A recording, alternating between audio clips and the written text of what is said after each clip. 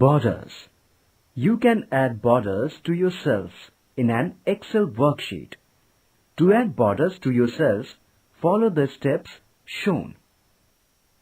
Select the cells to which you want to add borders to.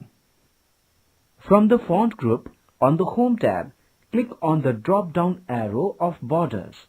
The Borders drop-down menu appears. Select the border style you want. Select Erase Border to erase borders from cells.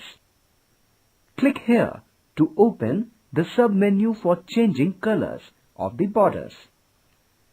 Click here to open the sub-menu for changing the line style of the borders. Click on More Borders to add additional border styles.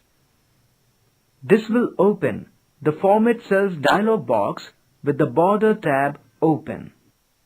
The effects of some border styles are given. The Format Cells dialog box can also be opened by clicking on this at the bottom right corner of the font group under the Home tab and selecting the Border tab in the Format Cells dialog box to apply border styles.